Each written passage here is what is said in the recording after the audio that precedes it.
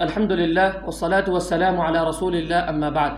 صدر محترم، حضرات حکم، محترم سامعین، آج میرا موضوع مقالہ ہے حضرت مولانا محمد رابع حسنی ندوی رحمۃ اللہ علیہ بحیثیت مفکر و مصنف۔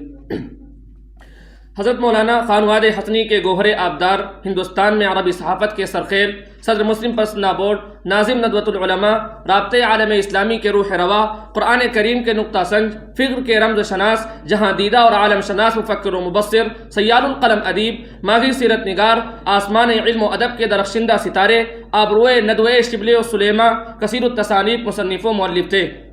حضرت مولانا فکر کے آئینے میں، حضرت مولانا صحیح فکر کے علم بردار تھے۔ آپ کی فکر نہایت پختہ اور سلیم تھی۔ آپ کی زندگی صحیح نہج اور صحیح فکر پر قائم تھی۔ اسی فکر کے آپ داعی تھے۔ ہر قسم کے غلط افکار و نظریات پر ضرب لگانے والے تھے۔ اللہ نے آپ کو اسلامی افکار و نظریات کا ایسا ذوق سلیم عطا فرمایا تھا جو خالصتاً عطائے خداوندی تھا، اور اسی کی وجہ سے صحیح فکر کی آبیاری کا کام آپ نے انجام دیا اور غلط افکار و نظریات کا قلع کما فرمایا۔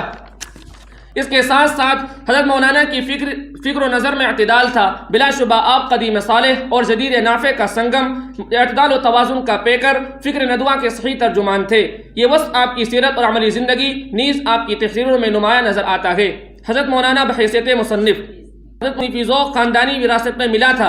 آپ کی عربی و اردو 30 سے زائد تصنیفات و تالیفات ہیں جن کو بڑی مقبولیت حاصل ہوئی، حتیٰ کہ بعض کتابیں بہت سے مدارس اسلامیہ اور جامعات میں داخل نصاب ہیں۔ حضرت مولانا کی تصنیفات و تالیفات میں مختلف پہلو نظر آتے ہیں جن میں ادب عربی اور فکر اسلامی کو امتیازی حیثیت حاصل ہے۔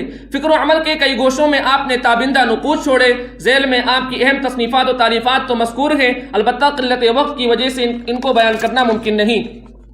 البتہ قرآن کریم اور سیرت وغیرہ پر آپ کی تصانیف آپ کی فکر و عمل کی ترجمانی کرتی ہیں۔ مثلاً قرآن کریم انسانی زندگی کا رہبر کامل، رہبر انسانیت، العالم الاسلامی اليوم قضایا و حلول وغیرہ۔ العالم الاسلامی اليوم قضایا و حلول کا مختصر تعارف مولانا کی فکر کے آئینے میں۔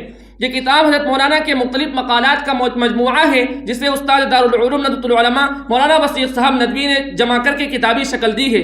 اس کے مقدمے میں مولانا واد رشید حسنی ندوی رحمۃ اللہ علیہ رقم تراز ہیں کہ 1959 میں جب عالم عربی تاریخ کے پرخطر اور دشوار مراحل سے گزر رہا تھا اور پیدر پہ حملے اور الغار ہو رہے تھے جو عسکری نہیں بلکہ فکری تھے، جس نے عالم اسلام کو ایک مخصوص فکری سانچے میں ڈھالنے کی مکمل کوشش کی، اسی پرخطر زمانے میں حضرت مولانا نے یہ مقالات تحریر فرمائے جس نے آپ نے عرب کو انہی کی زبان میں مخاطب کیا۔ اس کتاب میں آپ حضرت مولانا کی فکری توسع کو مختلف عبارتوں کے پیرائے میں ڈھلا ہوا پائیں گے۔